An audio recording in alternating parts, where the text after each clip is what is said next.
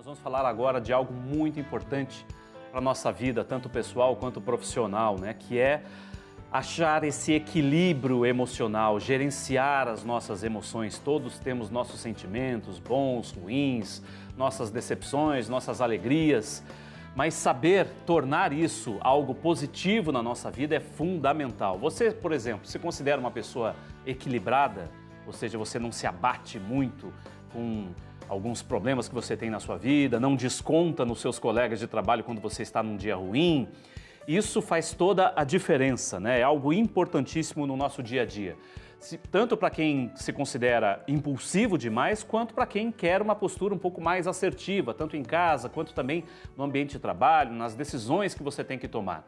E gerenciar emoções é o tema que nós vamos abordar agora com a nossa convidada de hoje, a Melissa Camargo Kotovski, que é pedagoga, coach de vida e carreira, e está aqui com a gente para nos dar algumas dicas importantes. Tudo bem, Melissa? Tudo ótimo, que bom estar aqui de novo. Muito obrigado pela sua presença aqui com a gente. Saber gerenciar emoções, né?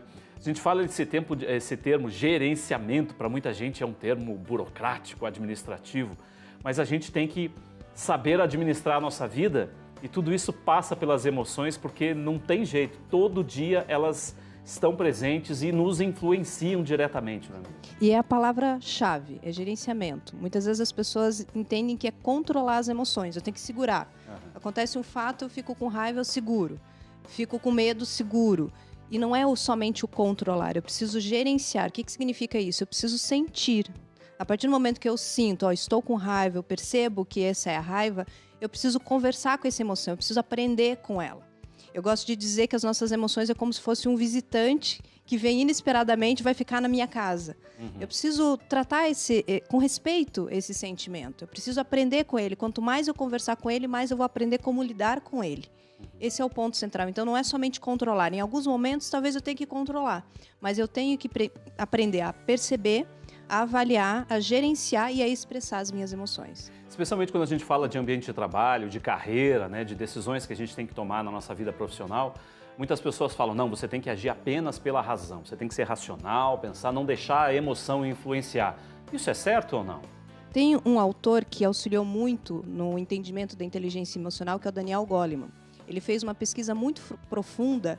Em 95 ele lançou um livro e ele conseguiu, dentro da pesquisa dele, comprovar o seguinte: 80% do nosso sucesso nos nossos comportamentos, no que a gente quer fazer, é ligado à nossa emoção, que é o coeficiente emocional. E 20% é o QI, que é o coeficiente da inteligência.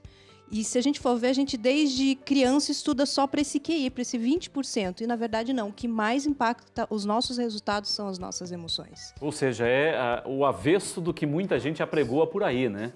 De que não, você tem que ser só racional e tal, não se deixe levar pela emoção. É que às vezes a emoção também tem algo a dizer para a gente, né? Aquele sexto sentido, aquela intuição de que algo não está tão legal, de que não, mas eu não estou me sentindo bem se eu tomar essa decisão. Meu coração não está dizendo isso. Olhar, né? Tipo, perceber o que o nosso coração diz, né? É entender que a gente, muitas vezes se fala, use só o seu racional, mas eu não tenho como usar o meu racional se não usar o meu emocional. Se a gente for ver, a tomada de decisão é mais impactada pela emoção do que pela razão. Geralmente a gente acha que é o contrário, mas pesquisas já demonstram pra gente que não. E eu preciso trabalhar essa capacidade, porque a gente não aprende nas escolas, universidades, a gente não trabalha tanto o comportamento. E tem uma frase, a gente falando em profissão, muitas vezes as pessoas são admitidas por suas competências técnicas, mas às vezes são demitidas pelas suas competências comportamentais. Porque elas não sabem se relacionar bem, não sabem se comunicar, e a emoção atrapalha muito. Às vezes a ansiedade, o medo, a frustração e por aí vai. Até uma pesquisa recente de uma grande empresa de recursos humanos e tal, que está habituada a analisar os motivos de demissão, né, no ambiente de trabalho, no ambiente corporativo, já mostrou isso, que em alguns casos, em alguns setores, número 1 aí de demissões, né, de pedidos de demissão ou de demissões do empregador para o empregado, é por causa do comportamento inadequado, ou seja, pessoas que não sabem se controlar, são individualistas demais, não sabem trabalhar em equipe, e não pela competência técnica dessa pessoa, né? Até porque a competência técnica a gente estuda, a gente pode aprender, né, eu vou fazer um curso X, não sei fazer Excel avançado. Vou fazer alguns cursos, uma hora eu vou aprender. Mas se eu preciso entregar um relatório e fico emocionalmente muito abalada, às vezes eu não vou conseguir entregar o relatório, eu vou entregar ele de um jeito não satisfatório, eu não vou conseguir lidar com a emoção, com o meu líder, com a equipe que eu preciso trabalhar. Então, muitas vezes o que nos impacta de agir é a emoção que não é bem trabalhada.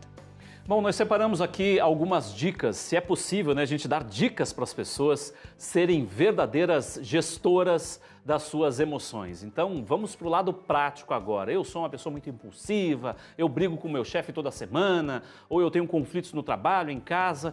Será que tem alguma dica que pode te ajudar? Vamos a algumas aqui. Quem sabe, né, a gente pode estar iluminando a vida das pessoas. Bom, primeiro, corrija seus próprios erros. Saber que a pessoa está errando e saber corrigir seus erros é um passo importantíssimo para o acerto, né? Não tem jeito. Acho que até um ponto antes, não tenha medo de errar. Se prepare, né? A gente tem 5 emoções básicas, uma delas é o medo. E muitas vezes é o medo que nos trava. Então, se errar, aprenda com ele, corrija seus próprios erros, aprenda e as coisas vão acontecer. Mas não deixe de agir profissionalmente, ou não deixe de se candidatar, por exemplo, uma vaga que está na sua empresa por causa do medo. As coisas vão acontecendo se com determinação, com foco eu for agindo. E nem por um erro do passado, né? A pessoa tem que aprender a superar isso, né? A vida segue. Próxima, vamos lá. Pensa em outras possibilidades. O que isso quer dizer na prática, hein, Melissa? A gente pode pensar assim, muitas vezes o nosso cérebro vai pensar numa única saída e mais para o negativo, porque ele quer nos preservar. Vamos pensar, o nosso corpo ele é muito inteligente, a nossa mente quer fazer com que a gente se preserve. Por isso a questão do medo. Então eu posso escutar como uma possibilidade. Ah, tá, tô com medo de fazer uma palestra, uma reunião. Que outras possibilidades podem ocorrer, além de eu errar, ou levar um branco, ou sei lá o quê? Ah, eu posso acertar, eu posso ir bem, posso pedir uma ajuda. Pense em alternativas para que você se sinta mais seguro. Uma pergunta que eu penso que é muito poderosa é: o que eu posso fazer para me sentir mais seguro para aquela determinada situação? E isso vem a calhar numa segunda-feira que muita gente está aí procurando trabalho, né, indo atrás de alguma outra possibilidade. Então pense um pouco fora da casinha, como a gente diz na prática, né? Talvez seja uma alternativa para você. Vamos à próxima aqui. Renuncie à necessidade neurótica de ser perfeito. Olha, eu adorei essa, porque isso tem muito a ver com o nosso dia a dia. Eu sou uma pessoa assim também, eu me coloco no meio desse bolo aí de pessoas que têm essa fixação por acertar sempre. Quando a gente erra, a gente fica ali o dia inteiro, né, remoendo aquilo, não é? E quando a gente fala em capacidade de inteligência emocional, vamos pensar assim, de gerenciar nossas emoções, uma delas tem a ver com o tamanho do meu pavio. Vamos pensar assim, se ele é curto ou não. Outra tem a ver o quanto que eu me aprofundo quando as coisas não dão certo ou dão certo. Né? Digamos, se eu errei em alguma coisa, eu fico sofrendo o dia inteiro, reclamando o dia inteiro, aquilo fica me consumindo. E o terceiro, em quanto tempo eu volto para o meu estado mais natural. Então, o que a gente pode aprender com essa dica aqui? O feito é melhor que o perfeito. Às vezes as coisas não vão dar exatamente perfeito. Posso sair de casa, furou meu pneu. Aprende com aquilo que a gente falou da aprendizagem. E evolui, continua. Tenta não ficar remoendo muito o que já passou. A gente não tem controle sobre o passado. A gente pode vivenciar e ser feliz no presente. Então, continua. Eu sempre pensei, eu aprendi essa frase e falei, que ótimo. O feito é melhor que o perfeito. Em alguns momentos a gente precisa disso para não ficar preso em alguma coisa que não tem controle. Os perfeccionistas demais, sim, né? Que sim, ficam ali sofrer. sempre sofrendo. Ah, mas não ficou exatamente do jeito que eu queria. Mas resolveu o problema, então bola para frente. Próxima, busque o autoconhecimento. Isso passa por tudo, né? Tanto na nossa vida pessoal quanto na vida profissional. Tem tudo a ver, né? Inclusive para a pessoa tomar decisões mais acertadas na vida, se autoconhecer. Sim, inclusive esse pesquisador, Daniel Goleman, o primeiro pilar que ele fala para trabalhar bem as emoções é o autoconhecimento. E é realmente para tudo. Quais são as minhas forças? Como eu lido com as minhas emoções? O que explode o meu pavio, por exemplo? O que me deixa mais nervosa? O que me deixa mais ansiosa, mais triste? Como é que eu lido com as minhas emoções? A partir do momento que eu me conheço, eu começo a potencializar coisas que eu preciso em mim. Então, o autoconhecimento vai nos ajudar a ficar mais tranquilo, a ficar mais seguro, a construir emoções mais positivas. E isso é uma construção que a gente precisa aprender realmente. Mais uma, gestão das emoções. Vamos lá, estabeleça a disciplina. Quem quer ser feliz tem que ter um pouco de disciplina na vida para alcançar aquele objetivo que você tanto quer, né? E uma dica também bem legal, estabeleça uma disciplina na sua manhã. Cria uma rotina matinal, porque isso tem várias pesquisas que nos dizem assim, o como a gente acorda de manhã impacta automaticamente no restante do nosso dia. Então, digamos que eu acorde de manhã, o despertador tocou, eu não quero levantar, estou morrendo de preguiça, reclamando que eu tenho que levantar.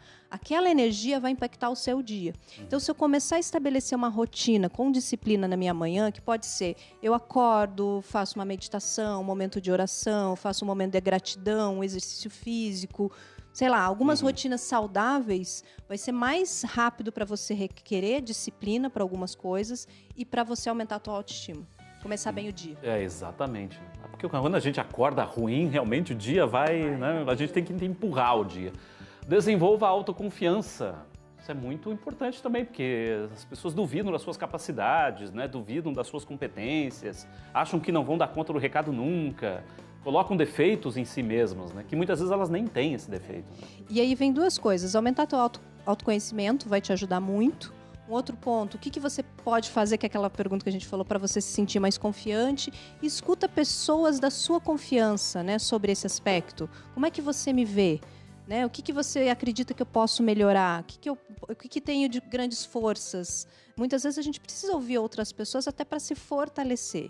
E aí vem o autoconhecimento. Quanto mais eu me conheço, vai ser melhor a minha autoconfiança. Mais uma dica? Vamos lá? Tenha paixão pelo que faz. Se você gosta realmente daquilo que faz, você não sente aquele peso de trabalhar, né? Você vai adiante sabendo que você faz a coisa certa, que você está no ambiente correto, né? Por exemplo, num trabalho, né? A partir do momento que você faz o que você gosta, você vai sentir que vale muito a pena ficar acordado por várias horas, trabalhar no final de semana, você vai se entregar muito mais. Por isso que um ponto para a felicidade na carreira é você descobrir o que realmente você ama. Quando você faz o que você realmente gosta, o processo é completamente diferente. Você não sente aquele peso do trabalho, você sente a felicidade de trabalhar, de servir. Então, a paixão no que a gente faz, seja no trabalho ou em outros aspectos da vida, vai nos motivar muito mais. Tá certo. Belissa, obrigado mais uma vez pela sua presença aqui com a gente. Acho que pudemos dar algumas dicas interessantes aí para quem está realmente nessa dúvida de saber se posicionar melhor no ambiente de trabalho, ter uma vida um pouco mais calma, mais equilibrada. Isso é fundamental. Obrigado mais uma vez pela sua vinda aqui com a gente.